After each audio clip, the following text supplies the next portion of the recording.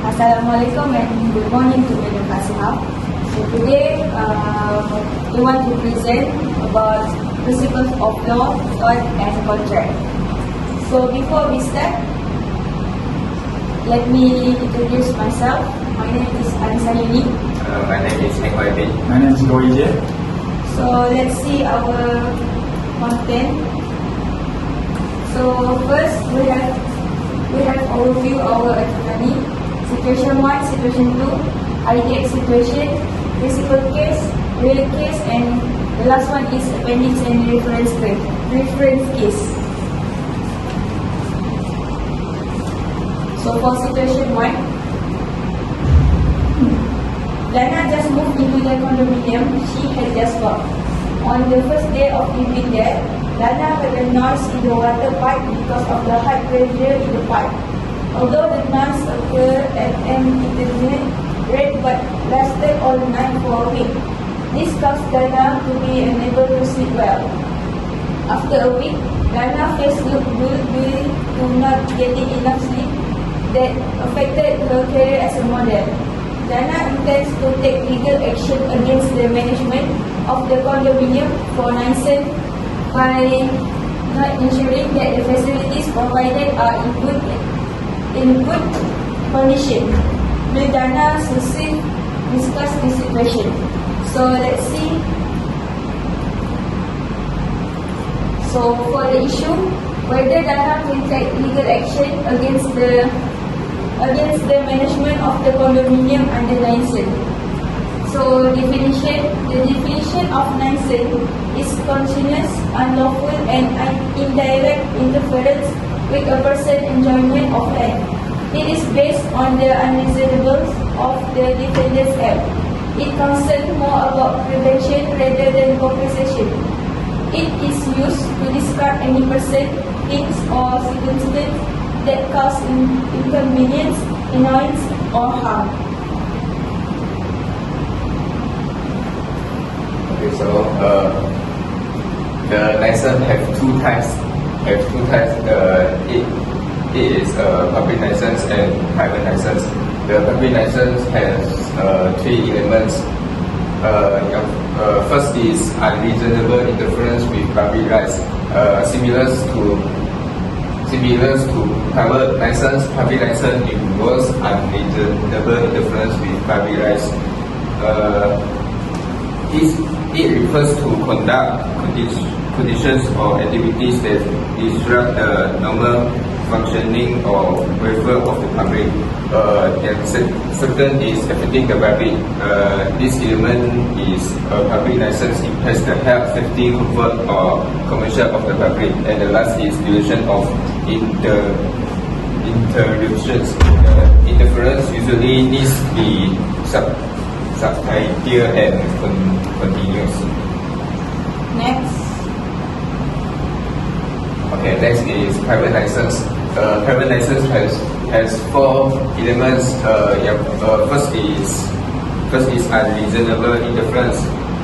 It means action, conditions or conduct that unreasonably interference with or disrupt the use and enjoyment of another person's property or the general welfare of the community.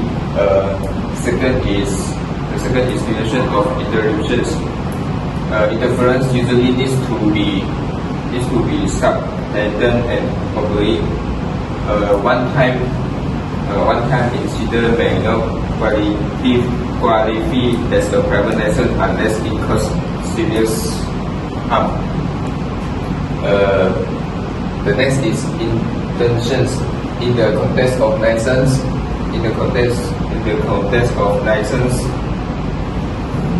law, the concept of intent is generally different from that usually associated with intentions cause. The last is extraordinary sensitive.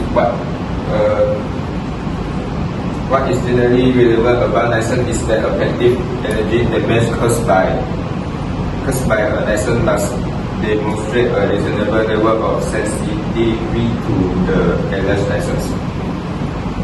So for the next content, And the next content is about application. The first is the principal case of nonsense.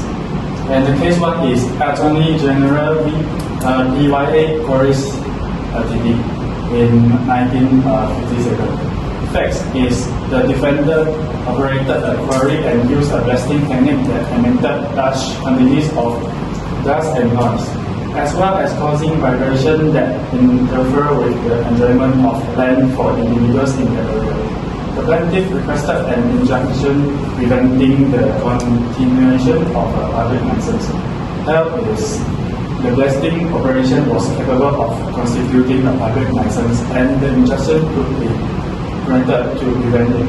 And the next case is Rose v. Mars in 1815. Facts: the defendant had wrongfully obstructed a public navigable creek, which obstructed the defendant from transporting his goods through the creek, due to which he had to transport his goods through them, because of which he suffered cost of the transportation. And the court held is the act of the defendant had caused a public nuisance, as the plaintiff successfully proved that he had incurred loss over other members of the society. And the next one is the real case in Malaysia. And the first one is Chin Hong Trading and Packaging Sdn Bhd v. Tenaga Nasional Berhad in 2011. And the fact is, the plaintiff operated a plastic goods manufacturing plant, obtaining power from the defendant. The defendant, who holds a license under the Power Supply Act of 1990. After a power meter inspection by the defendant's workers on 1 October 2010, the plaintiff received a letter the next day demanding a big amount of in compensation for revenue loss attributed to alleged tampering with the power meter. Subsequently, representatives from both parties met to discuss the matter. On 29 December 2010, the defendant notified the plaintiff of their intention to terminate the electricity supply. The court ruled that the plaintiff's claims that the defendant had infringed, trespass, or caused a private nuisance on them were unsupported by any proof. And the next case is Liu Chapo and Horse v. Hua Yang-yong and Arnold in 2011. The case fact is the plaintiff and defendant are immediate neighbors. The plaintiff alleged the tort of private nuisance and breach of privacy by the defendant, who lived in the adjacent house separated by zinc sheets and a chain link fence. In February and March 2006, conflict arose between the parties, escalating to the point where the seventh plaintiff was primarily prosecuted and convicted for intimidating the defendants. On 30 May 2006, the defendants installed 5 closed-circuit televisions, CCTV camera in their home, one of which, camera number 3, on the front porch directly faced to the plaintiff's residence. And the court held this. The court ruled that ordering the defendants to take apart and remove camera number 3 right away. So for the conclusion, as we can see, according to the principal case and real case, Dana can take legal action against the management of the condominium for nuisance by not ensuring that the facilities provided in good condition, and cause Dana can sleep as well and affected Dana's career as a model. So the court judgment should provide Dana with a remedy. So we move to the situation number 2. For situation number 2, Haru always exercised at a recreation park managed by Hara. Hara found out there was a hole on the jogging track, but deliberately delayed the repair work. One day, Haru fell into the hole while jogging and his leg was injured. Haru wants to take legal action against Hara. Will Haru succeed? Discuss this situation.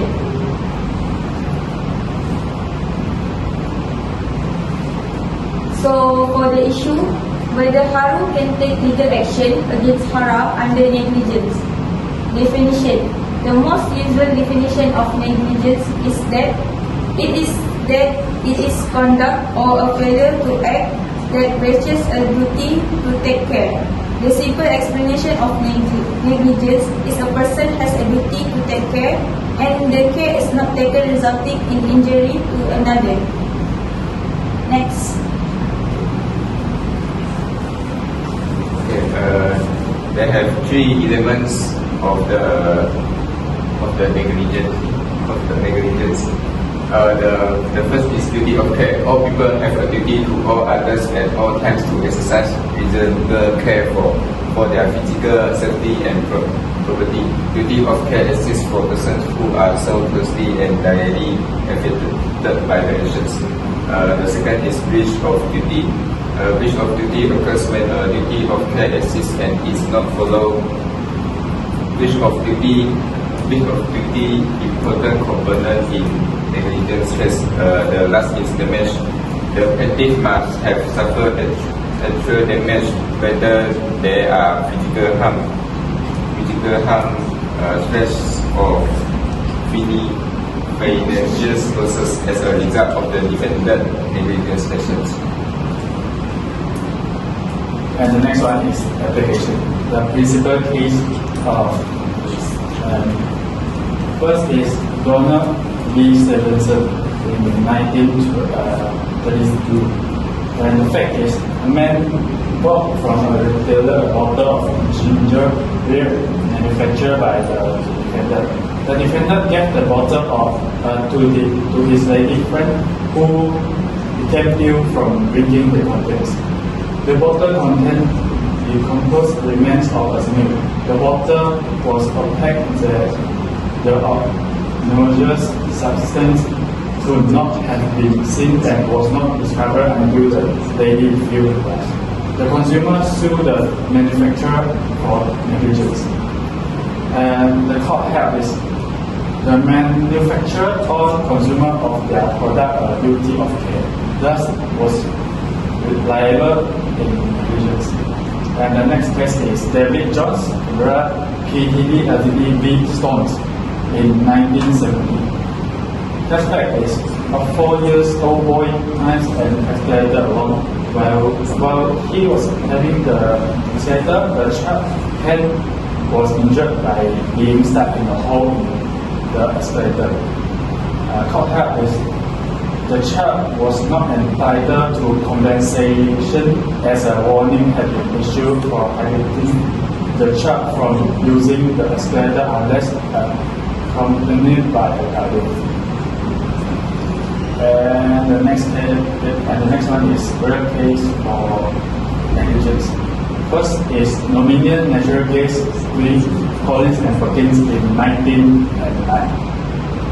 Case fact is in action for damage in respect of an accident against the effluent gas company. It appeared that the effluents were not occupier of the premise on which the accident had occurred and had no contractual relations with the plaintiff, but that they had installed a machine on the said premise.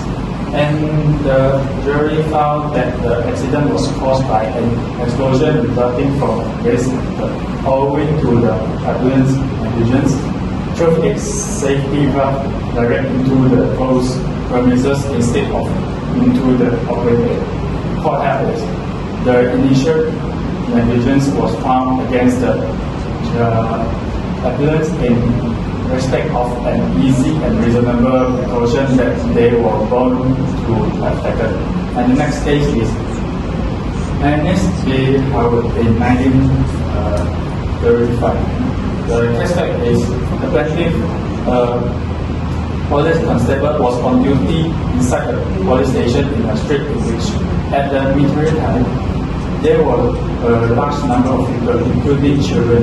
Seeing the defendants run away horses with a van attack coming down the street, he rushed up and eventually stopped the sustaining injuries in consequence, in respect of which he claimed damage. The court held the defendant's servant was guilty of negligence in leaving the horse unattended in the busy street. That has the defendant must have contemplated that someone might attempt to stop the horses in an endeavor to prevent injury of life. So, for conclusion, as a referring case to dominant natural gas with Collins and Perkins 1999 and the principal case of Damian vs. Stevenson 1932, Haru can take legal action against Hara. It is because Hara didn't repair the hole at the park immediately and liable for negligence of causing injuries to Haru. Therefore, the court decision can provide a remedy to Hara. Remedy to Haru.